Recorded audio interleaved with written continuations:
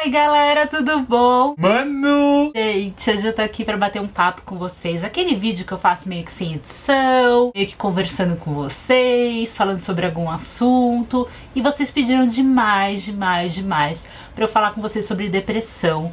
Porque eu tenho feito esses vídeos no canal, né, que eu converso mais, que eu tento ajudar pessoas. E eu tô muito feliz que vocês estão gostando desses vídeos. Tá sentindo a necessidade, sabe, de fazer vídeos desse estilo. Crianças, eu adoro gravar vídeos pra vocês. 24 horas, trollagens, esse tipo de coisa. Eu amo fazer vocês sorrirem. E eu vou continuar com esses vídeos, tá bom? Não se preocupem. Por isso até que eu tô postando vídeo praticamente todo dia nesse canal, gente, pra dar conta. Entreter o público infantil com os meus vídeos de 24 horas, trollagens e tudo mais. E também conseguir ajudar pessoas com esses vídeos um pouco mais adultos. Por favor, não fiquem falando pra mim: ai, Dri, você tá mudando o canal. Eu não tô mudando, gente. Só tô acrescentando mais conteúdos e querendo ajudar pessoas. E eu acho que eu tenho o direito de querer ajudar pessoas aqui no meu canal, porque é o que eu sempre falo pra vocês: ninguém vive só de risos, alegria, felicidade. Todo mundo chora, todo mundo tem problemas. Eu me sinto muito bem fazendo esses vídeos, ajudando vocês. Espero que vocês entendam e que vocês gostem também. Sempre me perguntam o que tá escrito aqui na minha frase aqui do meu quarto,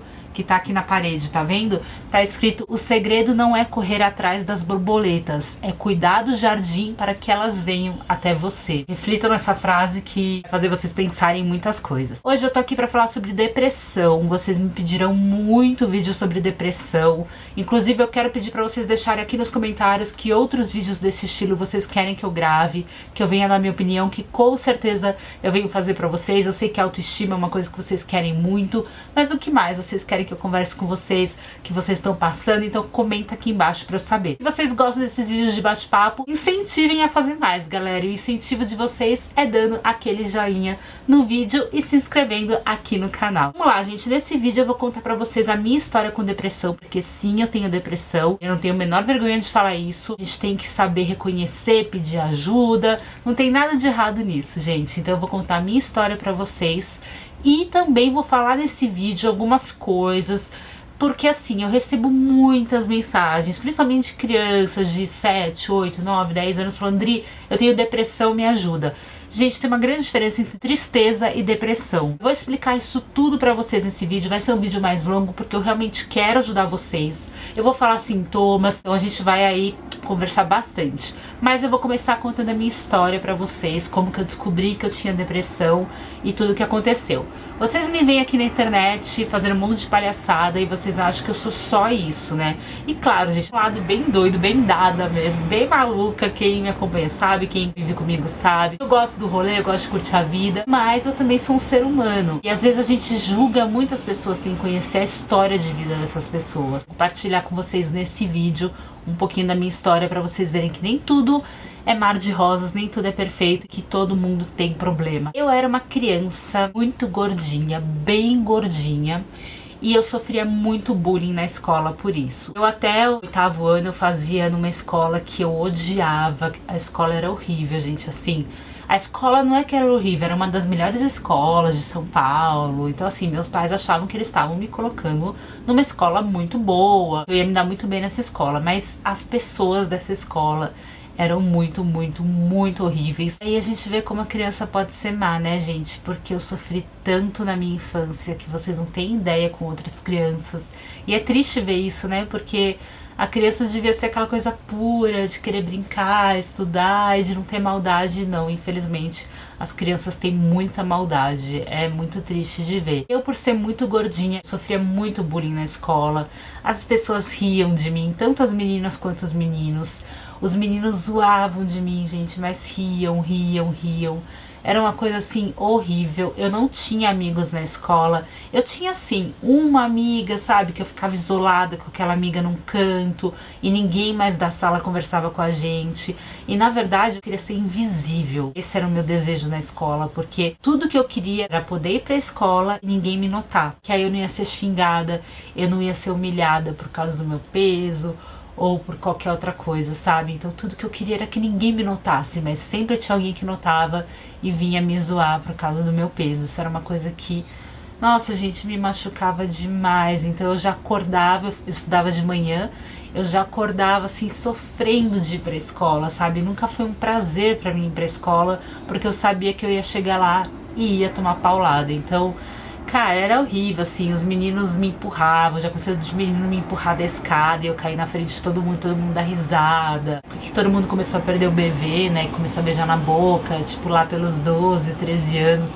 Todo mundo falando, eu já beijei. A única que nunca beijou foi a Adri. Por quê? Porque a Adri é gorda, ninguém vai querer beijar ela. Era esse tipo de piadinha que era muito difícil.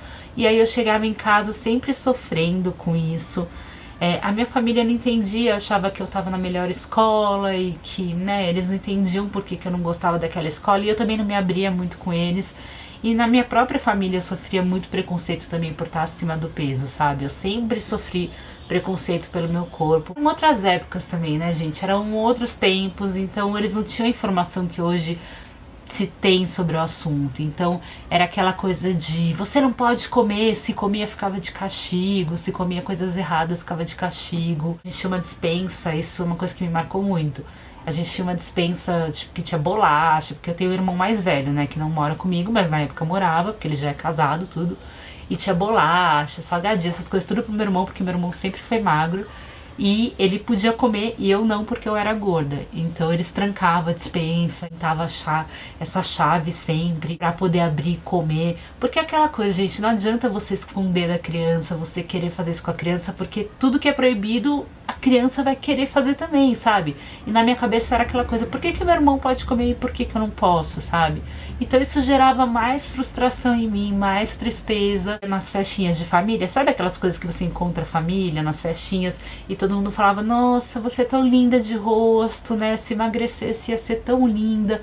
Então eu sofria geral por causa do meu corpo, gente. Geral, a vida inteira por causa do meu corpo. Inclusive, se vocês quiserem, eu posso fazer um vídeo falando só sobre corpo. Já tive bulimia, já passei por muita coisa com relação ao meu corpo. E eu queria contar essas histórias, não vou entrar muito em detalhes dessa história de corpo, porque não é o foco desse vídeo. Esse vídeo é depressão. Se vocês quiserem, eu posso fazer um vídeo só sobre o meu corpo, como que foi essa questão da bulimia, como que eu consegui superar tudo isso. Então, se vocês quiserem, comenta aqui embaixo, tá bom? E foi assim a minha infância inteira, sofrendo. Eu tinha o crush da escola, que eu achava super gatinho, e ele só me humilhava, e ele era afim da menina que era mais bonita e popular do colégio. Então todas essas coisas me afetavam. Meus pais brigavam muito, muito, muito, muito. Sabe aquela coisa de... Meu pai voltava do trabalho, chegava à noite em casa, e à noite eram discussões, madrugadas, discutindo, se matando mesmo. Eu chorava muito ouvindo tudo aquilo, e eu só queria que aquilo acabasse, sabe? Porque aquilo afetava muito a minha vida. Eu chegava na escola cansada porque eu não dormia à noite, porque eles ficavam brigando. Isso eu tinha uns 10, 11 anos, porque eram brigas e brigas e brigas a noite inteira, a madrugada inteira, eu não conseguia dormir. E aí, claro, eu não conseguia prestar atenção na aula, então eu não ia bem na escola, eu sempre passava de ano raspando, ficava de recuperação. Porque, né, gente, eu chegava na escola, eu só ficava assim, tipo... Não conseguia prestar atenção, sabe? De tão cansada que eu tava. E ao mesmo tempo chegava na escola, as pessoas me zoando, tudo. Então eu não conseguia prestar atenção realmente na aula. Os pais passaram em torno de 2 anos aí se matando, brigas praticamente todos os dias. Foi bem difícil. E quando eu tinha 12 anos, a minha mãe foi me buscar na escola. E ela simplesmente avisou que meu pai tinha saído de casa. Foi assim... Eu não sei explicar pra vocês a sensação que eu tive, porque foi uma sensação de tristeza, de poxa vida, meus pais se separaram, e ao mesmo tempo foi uma sensação de alívio, porque iam parar as brigas, eu sabia que eu ia poder dormir à noite, sabe, coisa que eu não fazia há muito tempo. Então, não é fácil contar minha história, tá, gente? Então, relevem se eu tô um pouco mais séria, é porque é difícil contar a nossa história. Minha mãe falou que ele tinha deixado uma carta, só falando que ele ia sair de casa. Ele pegou as coisas dele, saiu de casa quando não tinha ninguém em casa. Então ninguém viu ele saindo de casa e deixou uma carta falando que ele estava saindo de casa. E aí meus pais se separaram. Esse dia que meu pai saiu de casa, quando eu tinha 12 anos, foi a penúltima vez que eu vi meu pai na vida. Aquilo mexeu muito com a minha cabeça, gente. Então vocês imaginam, uma criança que sofria bullying por causa do seu corpo, que era zoada na escola, brigas dos pais, 2 anos com essas brigas diárias, de repente seus pais se separam. Fiquei muito mal, lógico, com a separação dos meus pais. Eu não tive mais contato com meu pai nunca tentou entrar em contato comigo, nunca tentou falar comigo. Eu não entendi o porquê, eu tinha só 12 anos, né, gente? Eu não entendi o porquê que meu pai não me procurava, porquê que ele não queria falar comigo. Com 12 anos a gente não consegue saber o que tá acontecendo de verdade, sabe? E eu ficava pensando, poxa, será que eu fiz alguma coisa de errada pro meu pai não querer falar comigo, pro meu pai não gostar de mim? E eu, quando era menorzinha, eu era muito apegada ao meu pai, muito mais do que eu era apegada a qualquer pessoa da minha família. Então foi muito estranho tudo isso pra mim. Foram se passando os anos, eu descobri que meu pai tava morando em outra cidade, mas é aquela coisa de falarem, sabe? Nunca ele me falou, nunca ele entrou em contato comigo, nem nada do tipo. Comecei a ir muito mal na escola, muito mal mesmo, assim, eu já não conseguia prestar atenção em nada de aula, nada me interessava, não conseguia nada que me fizesse feliz, sabe? Eu tava numa situação assim de tristeza o tempo todo. E na escola, é difícil falar isso, se eu nunca contei pra ninguém, eu vou contar a primeira vez pra vocês, que também, se vocês quiserem, eu posso fazer um vídeo sobre isso.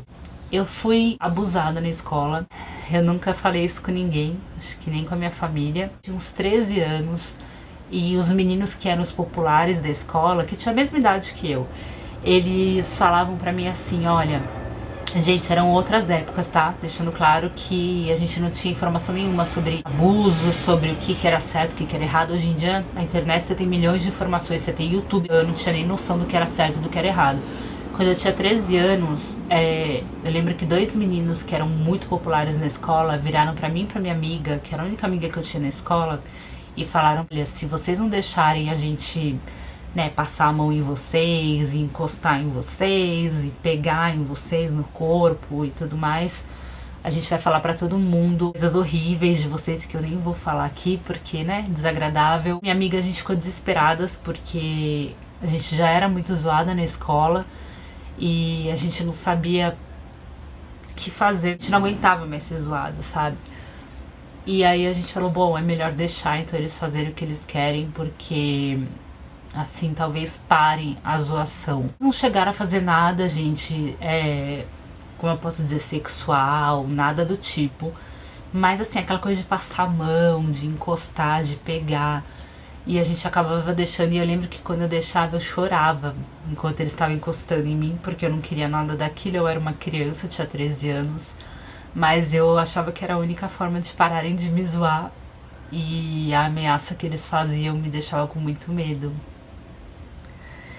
Eu tinha muito medo com 13 anos e eu tava com o psicológico muito abalado, né, gente? Meus pais se separando, eu não via meu pai, todas essas coisas, muita coisa mexendo com a minha cabeça. Até que chegou no ponto da diretora do colégio descobrir, só que, gente, era um colégio horrível, é o que eu falo pra vocês. A diretora descobriu que tinha alguma coisa errada, só que ela achava que eu e minha amiga era as vagabundas do colégio, estava ficando com todos os meninos e a gente explicava pra ela que não, que eles estavam forçando a gente a fazer uma coisa, e naquela época ela não entendia, nós éramos a errada, né, aquela coisa, as mulheres são as erradas, e a família toda me detonou, achando que eu era uma vagabunda, que eu deixava os meninos fazer o que eles queriam comigo, que eu provocava os meninos, porque foi essa história que os meninos contavam, né, que a gente provocava, que a gente ia atrás deles, e não era nada disso. A gente falou sobre as ameaças deles, mas ninguém acreditou na gente. E aí minha família começou a achar que eu era um problema, que eu era garota problema.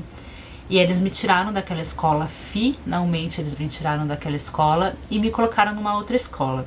Eu fui para essa outra escola e ali eu finalmente descobri o que era ser feliz e eu tive paz. Nessa escola, era uma escola muito pequenininha, que era perto da minha casa, e era uma escola totalmente diferente, as pessoas eram totalmente diferentes, me acolheram super bem e, cara, eu criei amigos incríveis. Nessa escola, inclusive, eu conheci o Pedro, eu não sei se vocês conhecem o Pedro HMC, ele tem um canal aqui no YouTube, o Põe na Roda.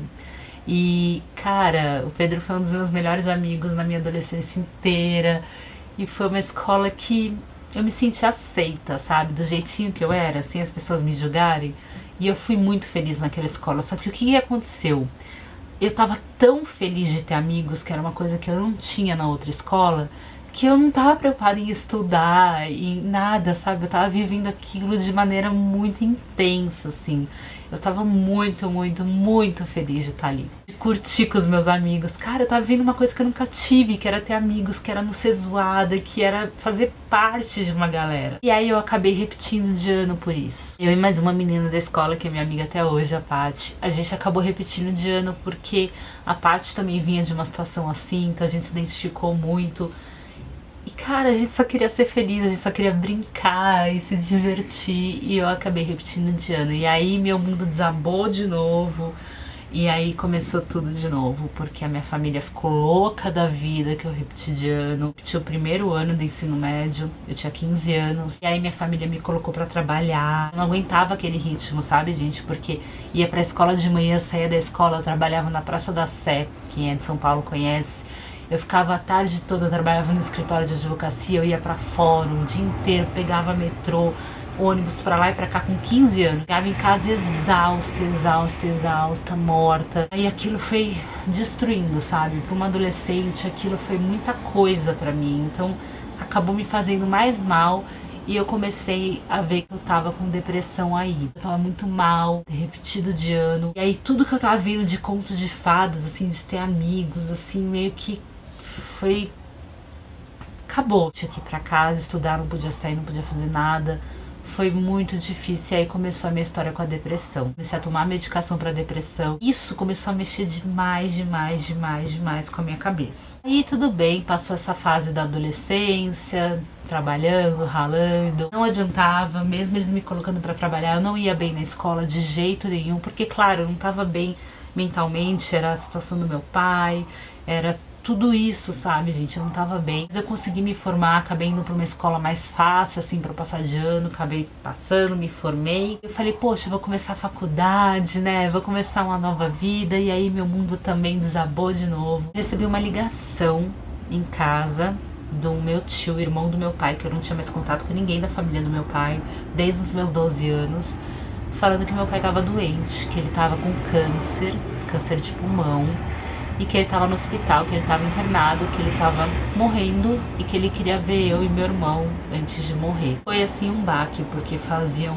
quase 10 anos que eu não via meu pai. Eu tinha 20 anos quando eles me ligaram, né, e falaram tudo isso. Fazia quase 10 anos que eu não via ele, que eu não tinha notícia nenhuma dele. Então imagina, você quase 10 anos sem ter notícia nenhuma do seu pai, te ligarem falando que teu pai estava morrendo e queria se despedir de você e do seu irmão.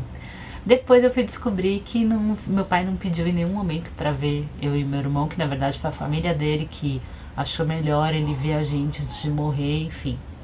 Mas né, não veio ao caso. Eu e meu irmão, a gente conversou e falamos, não, vamos lá, vamos se despedir dele, não importa se ele nunca procurou a gente, se ele ficou 10 anos sem procurar a gente, sem querer falar com a gente, ele tá morrendo, ele tá numa situação, né, vamos se despedir dele.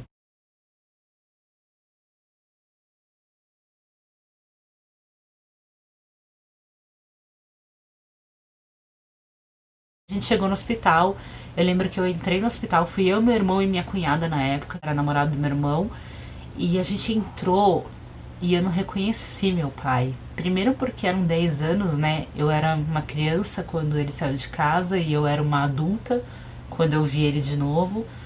E ele tava irreconhecível, gente. Eu acho que só quem já viveu essa experiência do câncer, de ver uma pessoa na fase terminal do câncer, sabe o tanto que é difícil. A pessoa fica irreconhecível, a pessoa perde muito peso, então ela fica muito magrinha. Tá definhando mesmo, né, gente? Então, entrar e ver meu pai naquele estado foi muito difícil. Eu lembro que quando eu entrei, entrou eu e minha cunhada, uma do lado da outra, e meu irmão. O meu irmão ele reconheceu na hora, porque meu irmão já era mais velho e também era o único homem que tinha ali. Mas eu e a minha cunhada foi muito estranho, porque a minha cunhada era que nem eu, assim, loira, de olho claro. Então quando entrou as duas, eu lembro do meu pai, a primeira reação dele é achar que a minha cunhada era eu. Aquilo me pegou de uma forma, eu falei, cara, meu pai nem me reconhece. Eu sou que eu sou a filha dele. Claro que ele tava com remédios, né, gente? Ele tava morrendo, então assim, ele já tava sendo sedado. Mas aquilo me marcou muito, ele achar que a minha cunhada era eu, a Adriana, sabe? Mas aí eu falei que era eu era a Adriana, dei a mão pra ele, abracei ele.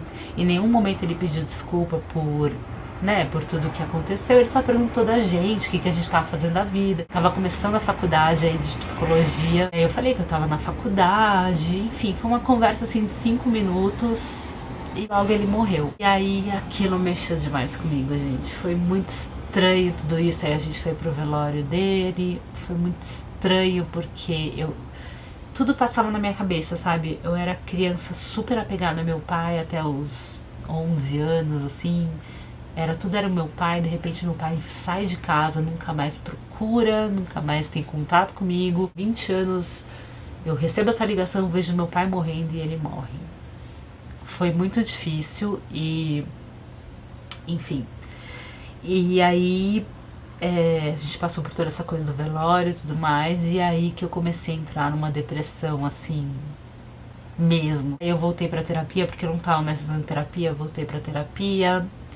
E, enfim, tomei medicação sim, o que eu acho que não é vergonha nenhuma falar, gente. Eu tomo remédio até hoje pra depressão, uma coisa que, cara, não tem problema falar isso, não é errado. Você não é maluco por tomar remédio, você não é nada. Simplesmente o remédio te mantém bem, tranquila, né? Porque a depressão e a tristeza a gente tem altos e baixos, então o remédio faz a gente manter ali uma linha.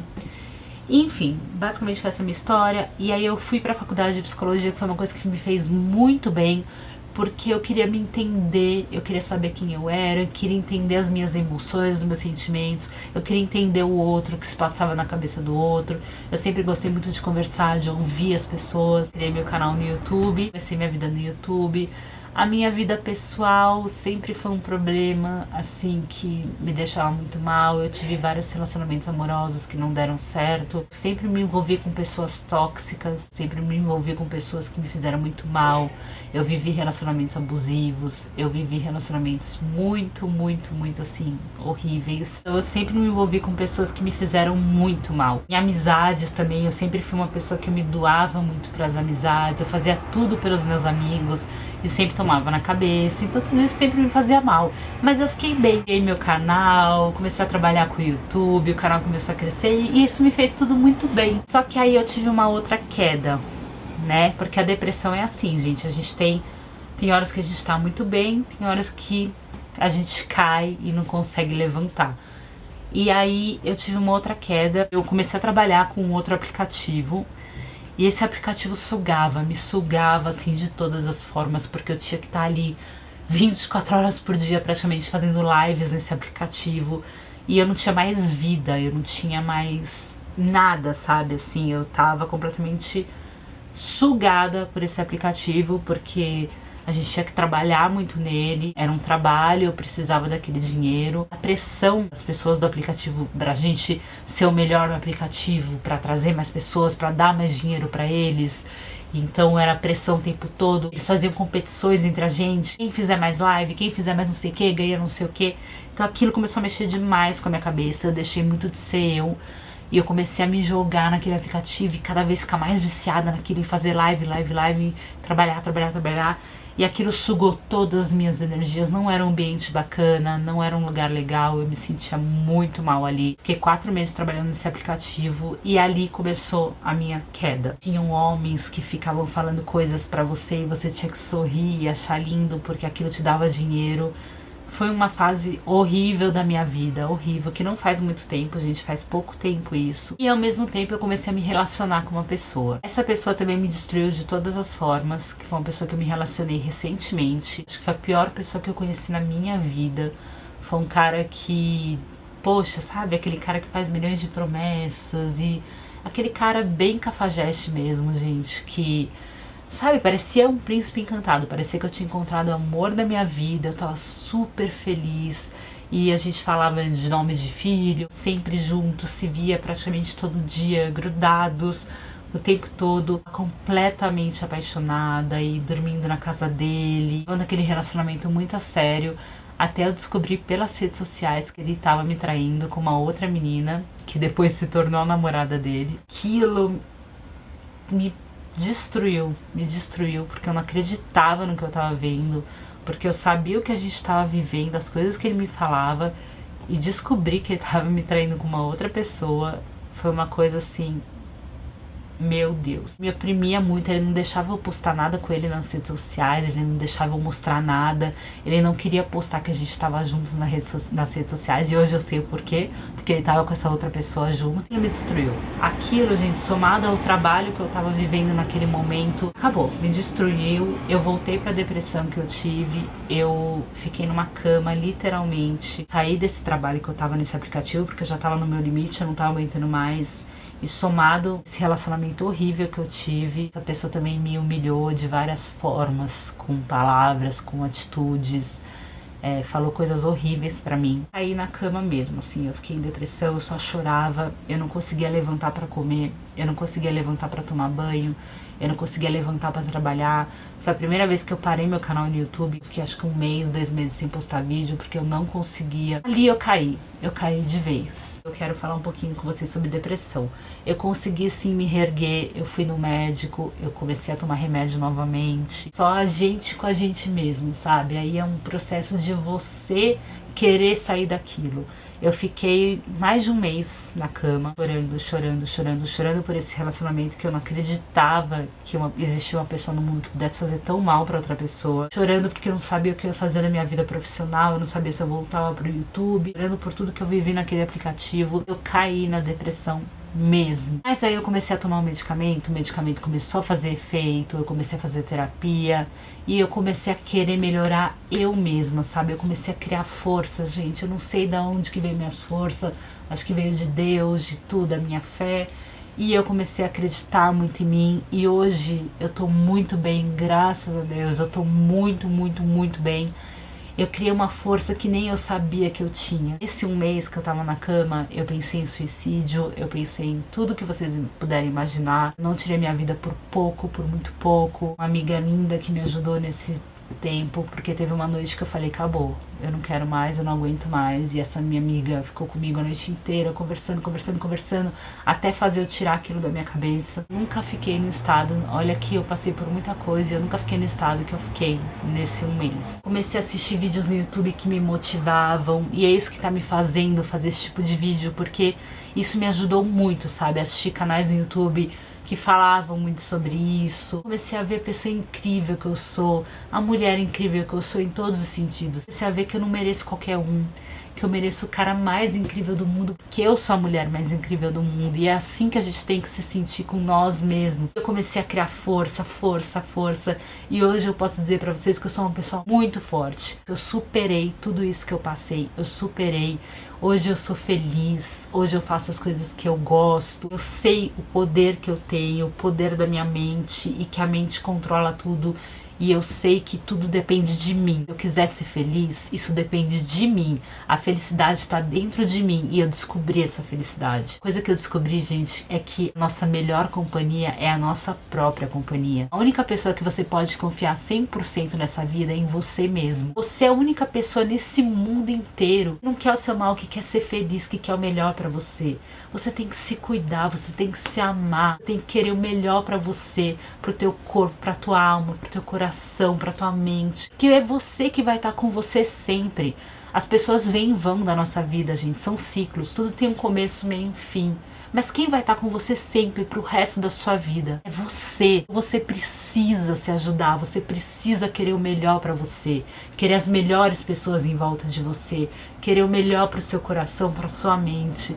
Eu fui descobrindo tão incrível que eu sou e hoje eu cuido muito de mim, gente, em todos os sentidos. E aí eu acho que é legal a gente falar mais sobre isso no vídeo da autoestima que eu quero fazer pra vocês, sobre como que eu recuperei essa autoestima, como que eu saí do buraco e hoje me tornei a mulher super forte que eu sou. Feliz, gente. Eu posso dizer pra vocês que eu sou feliz. Eu me basto. Eu não preciso de ninguém pra me fazer feliz. Eu me basto. Tem muita mensagem de crianças falando pra mim, Dri, eu tô com depressão, me ajuda. Tem uma grande diferença entre tristeza e depressão. Depressão é uma doença. Quem pode diagnosticar você com depressão é somente um profissional. Você não pode chegar e falar, eu tô com depressão, porque você não sabe. Isso é uma doença. Não tem um médico que vai chegar pra você e falar, você tá gripado, você tá com uma pneumonia, você tá com alguma coisa física.